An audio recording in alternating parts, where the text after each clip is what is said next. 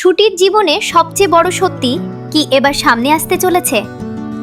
বহু বছর ধরে হারিয়ে যাওয়া একজন মানুষ হঠাৎ যদি তার সামনে এসে দাঁড়ায়, তাহলে কি হবে? প্রতিজ্ঞা ধারাবাহিকে এবার আসতে চলেছে একের পর এক চমকে দেওয়া মুহূর্ত। দেবদত্তর মামলায় নতুন প্রমাণ খুঁজতে ব্যস্ত অভি আর ছুটি। আশ্রয় বাড়িকে ঘিরে বেশ কিছু গুরুত্বপূর্ণ তথ্য তাদের হাতে এসেছে। সেই প্রমাণগুলো নিয়ে তারা আলোচনা করতেই দূর থেকে সবকিছু জানার চেষ্টা করে ঝুমকি আর মিঠুন। কিন্তু কোনো স্পষ্ট কথা শুনতে না পারলেও তারা বুঝে যায় পরের শুনানিতে বড় কিছু হতে চলেছে। তাই দুজনেই চিন্তায় পড়ে যায়। ঠিক তখনই অভির ফোনে একটি কল আসে। কাছের একটি বৃদ্ধাশ্রম থেকে তাকে পরদিন সকাল 10টায় যেতে বলা হয়। অভি আত্মবিশ্বাসের সঙ্গে জানিয়ে দেয়, আমি কথা দিয়েছি, ঠিক সময়ে পৌঁছে যাব।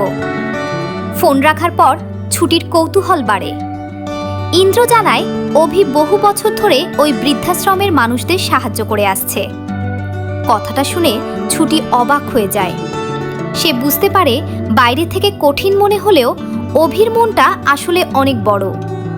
ছুটি তাই অভিকে অনুরোধ করে, আমাকেও সঙ্গে নিয়ে যাবেন? কিছুক্ষণ ভেবে অভি রাজি হয়ে যায়। পরদিন সকালে দুজনে বৃদ্ধাশ্রমে পৌঁছায়। ভেতরে ঢুকেই একটি ছোট মন্দির দেখে আগে প্রণাম করার সিদ্ধান্ত নেয়। প্রণাম শেষে একজন মহিলা তাদের হাতে প্রসাদ দিতে এগিয়ে আসেন। মহিলাকে দেখে ছুটির মনে হয় কোথায় যেন আগে দেখেছে তাকে, কিন্তু কিছুই মনে করতে পারে না। অন্যদিকে সেই মহিলাকে দেখেই অভি যেন হতবাক হয়ে যায়। অবাক হয়ে বলে ওঠে, পিপাসা আন্টি, আপনি বেঁচে আছেন? অভির মুখে এই কথা শুনে ছুটি স্তব্ধ হয়ে যায়। তাহলে কি এতদিনের লুকিয়ে থাকা সত্যি এবার প্রকাশ পেতে চলেছে?